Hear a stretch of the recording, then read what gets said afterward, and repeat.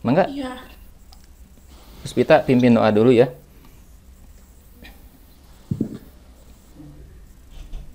Sebelum melaksanakan kegiatan pembelajaran, alangkah baiknya kita berdoa. Berdoa menurut kepercayaan masing-masing dilaksanakan. Kita lanjutkan ya, materi berikutnya adalah materi topik keempat, yaitu tentang penyeleksian kondisi. Cuman ini di sini Bapak bagi dua pertemuan ya. Karena kalau disekaliguskan ke panjang video penjelasannya. Ya.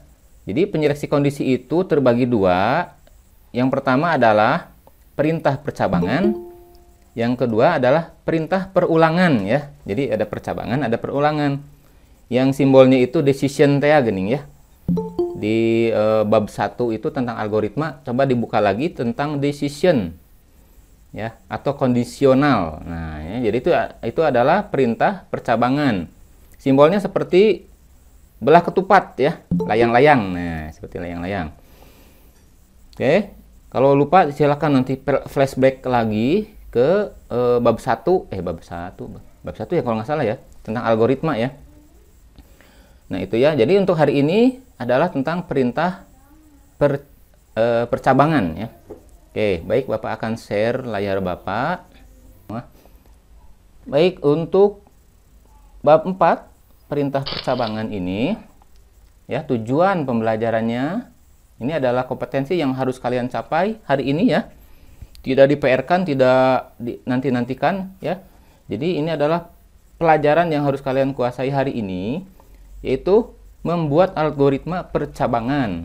Yang kedua, membuat program perintah percabangan ya. Nah, jadi nanti kalian setelah ini kan mempelajari teorinya. Kemudian nanti ada penjelasan dari Bapak ya. Kemudian nanti ada latihan. Nah, latihan itu jangan sampai nanti ada pertanyaan, Pak, kapan paling lambatnya? Ya hari ini. Today is better than tomorrow gitu ya. Itu slogan di pelajaran kita ya. Jadi hari ini lebih baik daripada di besok-besokeun gitu nya. Mending ayeuna ngerjakeunna. Bapak masih terima sih nanti misalkan ngerjainnya 1 hari menjelang minggu depan masih terima. Cuman ya mohon maaf ya. Untuk penilaian Bapak hargai orang yang mengumpulkan terlebih dahulu ya. Nah, itu dihargai lebih nilainya. Sementara yang nilai yang tugasnya nanti lambat, mungkin nanti nilainya dikurangi gitu ya. Tidak terlalu maksimum. Baik. Untuk algoritma percabangan kalian masih ingat simbol ini ya?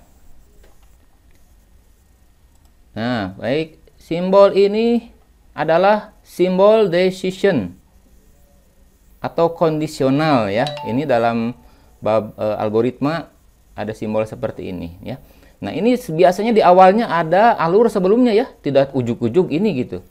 Jadi ada panah masuk satu ya, tidak lebih dari satu loh. Satu masuk sini ya. Kemudian di sini ada syarat atau kondisi ya yang harus dijawab. Nah, jawabannya antara ya dan tidak gitu kan. Jangan ya tidak bisa jadi ya, tidak ya, harus dua jawabannya, alias panah keluarnya dua. Ya, yang satu jawaban ya artinya kondisi ini tercapai. Ya. Kondisi tercapai maka nanti dilanjutkan dengan alur selanjutnya entah apa ya, bisa proses, bisa apa? Perintah output gitu kan. Simbolnya jajaran genjang, bisa proses, simbolnya persegi panjang ya. Atau mungkin ada kondisi yang lain di sini ya. Ada kondisional lagi ya, tambahan lagi kondisi berikutnya apa syaratnya ya. Begitupun sama kalau jawabannya tidak, ini apapun bisa ada di sini ya, simbol-simbol lainnya gitu. Nah, mungkin ini contoh ya seperti ini. Ini alur sebelumnya ya, mulai dari start segala macam ya, ke sini tiba-tiba langsung apakah nilainya lebih dari sama dengan 75. Nah, ini untuk rumus-rumus ini ya, ini sudah dibahas di bab sebelumnya ya. Silakan flashback lagi yang masih ketinggalan. Oh, ini apa ya? Nilai lebih dari sama dengan kok double-double gini. Nah, ya. Berarti ini penulisannya ada ketentuannya, ya sudah dibahas waktu itu ya. Nah, ini kalau jawaban ya, artinya nilainya lebih dari sama dengan. Jadi mulai dari 75 ke atas, maka outputkan tulisan lulus gitu ya, cetak di layar lulus. Nah, jika tidak, artinya nilainya kurang dari 75, ya, kurang dari 75 berarti 74 ke bawah gitu ya. Nah, oke, ini tuliskan cetak belum lulus. Nah, ya. Kemudian lanjutkan ke alur berikutnya. Alur berikutnya ini juga ternyata nyambung dengannya ini, masuk ke alur yang sama. Nah, boleh aja ya. Jadi kalau percabangan hanya begini. Oke. Nah, nanti beda lagi dengan perulangan ya. Kalau perulangan panah yang ini tidak ke sini, tapi ke atas ke sini lagi. Nah, muter-muter di sini. Tapi nanti dibahasnya minggu depan ya. Nah, ini contohnya untuk yang percabangan seperti ini, bercabang tapi tidak berulang ya. Bercabang turun lagi ke bawah. Ya. Ini bercabang dua kan ya, dan tidak turunnya ke bawah, bukan ke atas. Oke, lanjut. Ini contoh ya. Jadi tadi kan flowchartnya seperti itu. Nah, untuk penulisan perintahnya ada 3 bentuk ya. Yang pertama adalah if ya. Ini struktur if adalah setelah if spasi kemudian kondisinya apa? Tadi misalkan nilai lebih dari sama dengan 75. Di sini tuliskan kondisinya ya. Oke. Kemudian di bawahnya langsung pernyataan, mau tulis di bawah atau di sebelah kanannya juga bisa ya. Asal pernyataannya hanya ada satu. Kalau lebih dari satu, maka harus diapit oleh tanda kurawal ya. Ini pernyataannya hanya ada satu. Ya, misal di sini kamu tuliskan rumusnya banyak, ada 3 rumus. Nah, itu 3-3-nya itu harus dikurawal ya, diapit oleh tanda kurawal. Nah, ini kurawal seperti ini. Oke. Nih, contoh programnya. Ini seperti biasa diincludekan dulu ya. Yang atas ini kan cuma keterangan ya, keterangan komentar. Nah, ini pagar include spasi kutip. Nah, nanti kalau ada tanda kutip seperti ini di dalam modul, jangan main kopas-kopas aja ya. Kamu kopas di modul yang PDF itu, tanda kutip itu akan error semua. Ya. Jadi, ilmu kamu jangan ilmu kopas, ketik dari awal, manual ya. Dengan melihat modul gitu. Modulnya kamu lihat, kalau bukannya di HP, ya wayahna modul kamu itu tulis dulu ya, tulis tangan di buku ya. Nah, jadi itu prosesnya 2 kali, kecuali HP-nya punya 2 ya, buka di HP yang satu ya, minjem dulu HP mamahnya atau bapaknya ya, nanti ngerjainnya di HP yang kamu sendiri ya. Oke, seperti itu. Jadi diketik manual ya, ini latihan karena kamu bukan sekretaris ya, bukan orang yang cuman mengetik tanpa paham. Jadi harus dipahami, sekretaris aja paham ya kalau ngetik. Apalagi kamu programmer, itu harus langsung keluar dari kepala kamu ya. Program itu harus natural keluar. Ya, ketik kamu dengan natural. Jadi tidak perlu melihat lagi, tidak perlu kopas-kopas lagi, kamu sudah bisa. Oke, ini lanjut seperti ini. Point main seperti biasa, kalau dalam CPP Droid diganti jadi INT ya. INT main. Begitupun kalau yang mau mengerjakan di laptop, pas saya punya laptop mau pakai Dev C++, silakan Dev C++. Video tutorial cara nginstalnya udah Bapak posting di channel Guru Canggih ya. Silakan yang mau pakai lewat laptop, pakai Dev C++, silakan ya. Karena nanti tugasnya adalah hasil screenshot program yang kalian kerjakan ya, mau di laptop, mau di HP. Ya, ini opsional, kalau yang tidak punya laptop memaksakan ya. Harus minjem laptop, jangan ya. Oke, lanjut. Setelah point main ini adalah isi programnya ya. Float nilai, berarti nilainya adalah nilainya desimal ya. Kemudian printf, masukkan nilai yang didapat, scanf. Nah, ya seperti ini terus ya. Nah, disinilah struktur if-nya nih. If nilai lebih dari 65. Nah, ya. Ini berarti 65 harus di atas 65. 65 aja sudah dianggap tidak memenuhi syarat ya. Nah, yang lebih dari 65, 66 dan seterusnya, Anda lulus. Nah, gitu ya. Cetaklah Anda lulus. Kalau misalkan tidak memenuhi syarat, tidak ada perintah apa-apa ya di sini mah. So, yang kurang dari 65 kemana? Nggak ada ya. Jadi ini hanya perintah untuk memfilter yang lebih dari 65 saja dan printkan lulus. Kalau tidak memenuhi syarat, langsung ke get ch, nunggu penekanan tombol langsung keluar ya. Oke, selanjutnya, nah ini struktur if yang lebih sempurna, if dan ada else-nya ya. Nah, kondisinya misalnya seperti ini tadi, sudah memenuhi syarat yang ini. Kalau tidak memenuhi syarat maka else Ya, yang else-nya adalah, nah, misalkan tadi tidak memenuhi syarat, di contoh ini seperti ini nih, tidak memenuhi syarat, tuliskan belum lulus, tuh, ya. Ini if-nya, ini else-nya. Oke. Itu kalau ada 2 pernyataan. Nah, kalau ada lebih dari 2 pernyataan, misalnya saya punya 3 nih, tulisnya seperti ini strukturnya. Kondisi if, kondisi 1, kemudian pernyataan 1 kalau memenuhi syarat kondisi 1 ya. Kalau tidak memenuhi syarat, maka else if, ada syarat kedua. Syarat kedua, kondisi 2 itu ya, dipenuhi, maka pernyataan kedua yang dijalankan.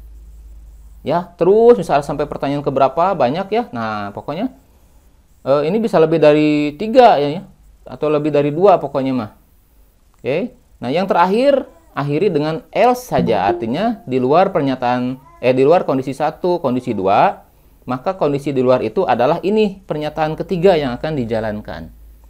Gitu ya. Oke. Untuk contoh lebih detail nanti kamu ini bisa dibaca di modul ya, sudah Bapak cantumkan. Kemudian struktur yang ketiga adalah switch dan case. Ini sama saja sebetulnya hasilnya sama ya. Cuma struktur penulisannya saja yang ini lebih, menurut Bapak sih lebih enak ya yang switch case itu. Jadi switch ini syarat kondisinya. Kondisinya ya, misalkan variabel tadi nilai, switch nilai di sini ya.